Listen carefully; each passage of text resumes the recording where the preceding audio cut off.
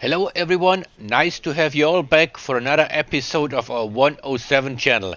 Today's topic, failure of our cruise control, reasons of malfunction and what to do about it. Cruise control gets activated at around 40 kilometers per hour or some 25 miles per hour.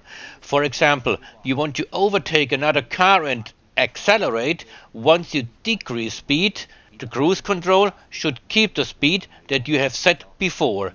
If your car was produced before February 76, the memory of the cruise control saves the set speed. I'll give you an example. You set cruise control, park your car for dinner, come back, cruise control remembers the before set speed. From February 76 onwards, this has been changed.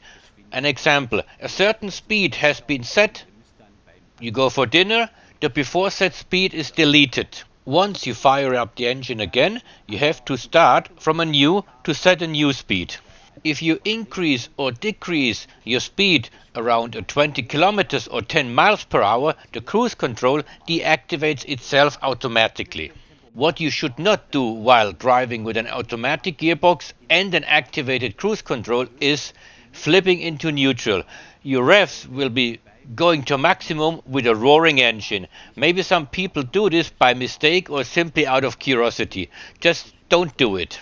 If your cruise control is malfunctioning, there is no need to see a specialized Mercedes mechanic. You can repair this yourself at home. How to do that will be explained right after the introduction. See you in a second.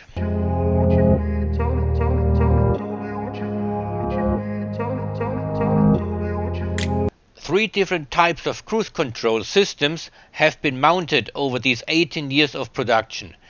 Pneumatically activated and electronically activated. In the digital manual you will find your type of control easily. Example 560SL, year of production 1988, in this case an electronically controlled unit. Let us do it step by step with this diagnostic tool from the 80s. Welcome back to the old days. We start. First, unscrew the knee protection and the cover underneath right here in the footwell of the driver's side. Once the cover is off, you will notice this plug.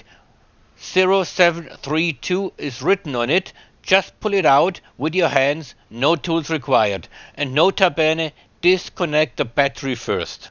We will check the specific resistance of each port at the rear side of that plug. In the manual they will guide you to the appropriate part number and the required resistance of each connecting port. This here is the number of my port 0055450 First one on that list. Everything is marked with letters and the specific resistance of every individual port. Let us check them all. Won't take long. Let us see if they are all correct.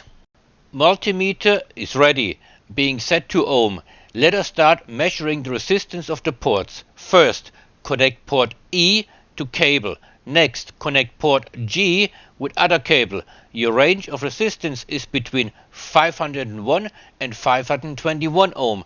As you see on the screen, we got some 509 ohm, which is just alright. Next step, connect E, connect F. Check range. As you see, we are right there at 26.6 ohm. Checking the resistance of the plug. So this job has been accomplished, the plug is working. Let us put it back in place. There is a notch facing towards you. You just slide it in, press it firmly into its place. To remove it again, press with two fingers firmly against these two clips to release them from their position and pull. Let us check on the next ECU. Let us disconnect this plug and check the pins for corrosion. Check the plugs for corrosion or damage which is inhibiting them from conducting electricity. It all looks okay, so put it back in place. Press them firmly together so all pins slide in the plugs right to the bottom. Welcome to the engine bay. We now unbolt the actuator here, a 560, year of make 1988. It is right here on this very side. It is being connected with the cable right here, which is attached alongside the fan housing. You need to disconnect this rectangular plug marked with a 1 on that photo on the upper right hand side. Once you have done that, you unbolt the actuator. It is being attached with these 3 bolts. This is a 107 046. The actuator is here with the cable on the right hand side of the fan housing. Some other 107 models do have this actuator on the other side of the engine bay, close to the X92 diagnostic plug. Plug is disconnected. Unhinge the throttle linkage right here. No tool needed for that, it pops right off. Make sure you do not bend anything, and now start unbolting the bottom bolt first.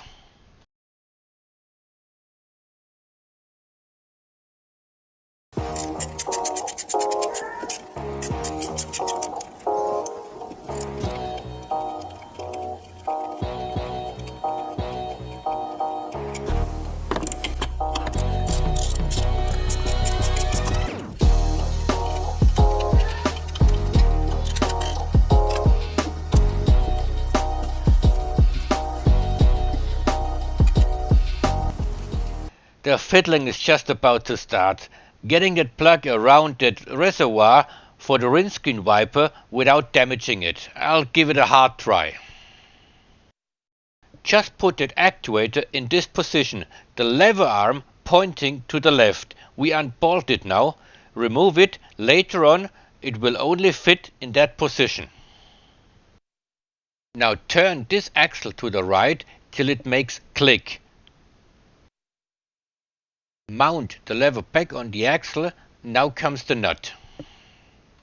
Looks alright at first glance. When bolting it in, make sure you use the longest bolt, which is not having a thread at full length at first. It holds the actuator in place from the bottom. The other 2 bolts would be too short. Be patient, hope you have a steady hand, and do not lose any washers. You'll never find them again in this nirvana. I'll now tighten it all up.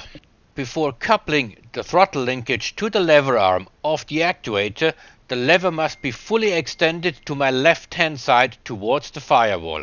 Now, the throttle linkage may be 1 millimeter longer than needed for the coupling. Otherwise it will not work.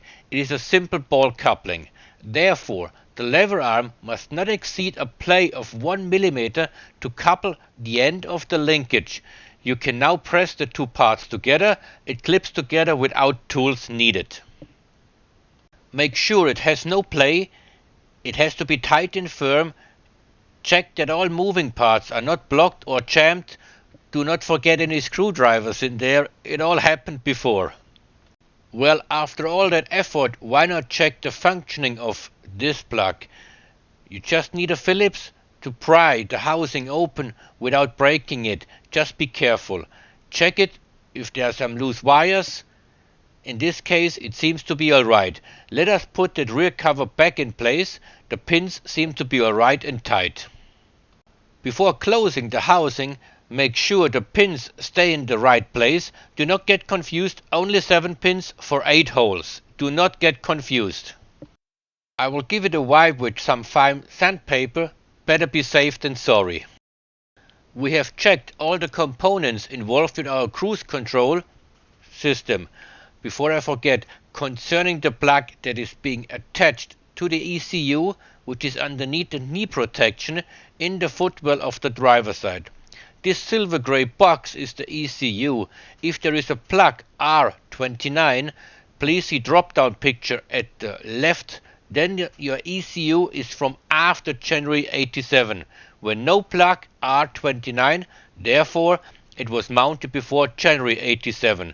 For S-Class models 126 and 107, this encoding plug was introduced at first for 8-cylinder models only. A year later it was also being mounted into 6-cylinder models.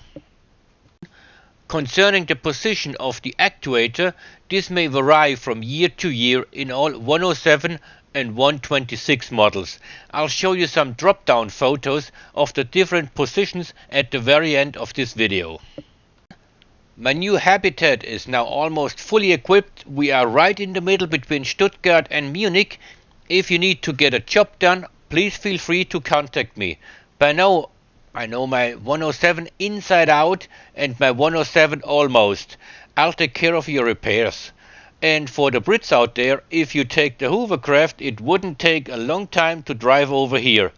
I would love to have you back for our next episode with the next videos coming up soon. Bye bye everyone, you take care. Thank you for watching.